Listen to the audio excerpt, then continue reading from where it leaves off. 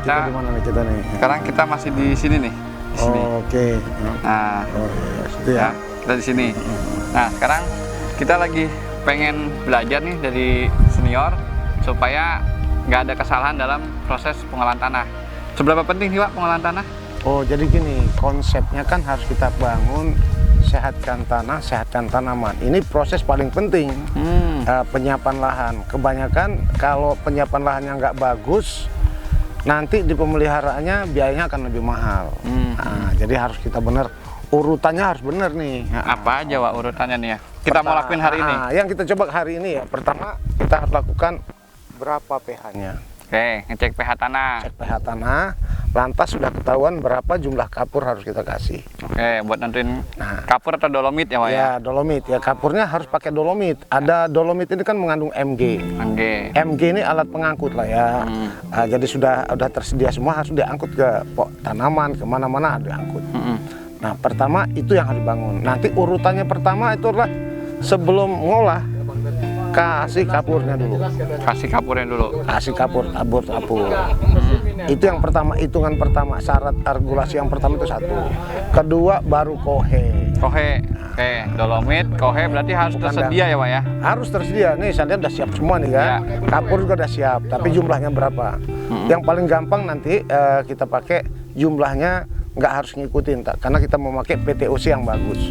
Satu kapur, kedua adalah kohe pupuk kandang, ketiga hayati. Hayatinya bisa campur dengan ini, tapi nanti misalnya pakai PGPR, trichoderma, itu yang harus dipakai. Oke, bakteri atau jamur baik ya Pak ya? Ya, jamur baik.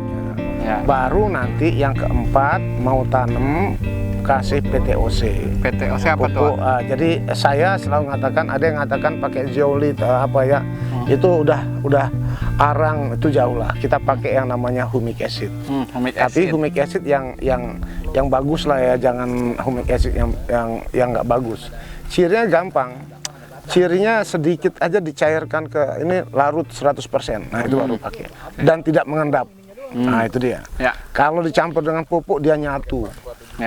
Jadi baru, jadi satu kapur, kedua kohe, ketiga pupuk kanda, hayati, keempat PTOC-nya kita pakai humic acid yang bagus, kelimanya baru bibit. Dimulai kita ngecek pH tanah Pak ya? Oke, kita cek pH tanah, baru habis itu nanti kita coba tolong dikasih tahu Pak, hitungan rekomendasi kapurnya berapa setelah pH tanahnya ada. Tahu kan gitu ya Pak? Yaudah yuk Pak, kita sampling tanah. Yuk.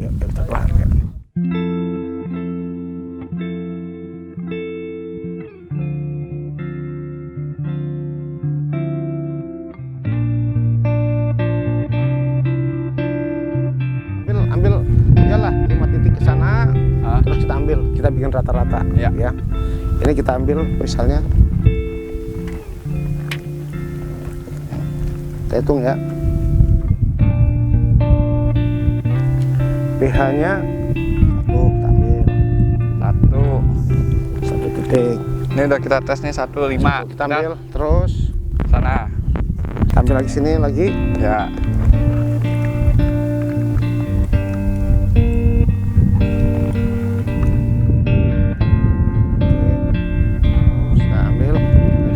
Ya, ambil ya. Ini udah titik ketiga. Yang titik ketiga geser coba sini. Oh, bisa ada yang kayak gitu ya? Oh benar, 3,5. Oh, coba geser sini Pak. Makin bawah dia Pak. Bisa rata-rata 4. Pas setengah sini. Strip ya. Kalau yang udah lembut aneh ya. Ada apa tapi rumput hidup masih. Loh, iya, nih rendah pH-nya. Tadi bisa rata-ratain, tadi ada 5, 3,5 paling rendah, rata-rata 4 ya Pak? 4.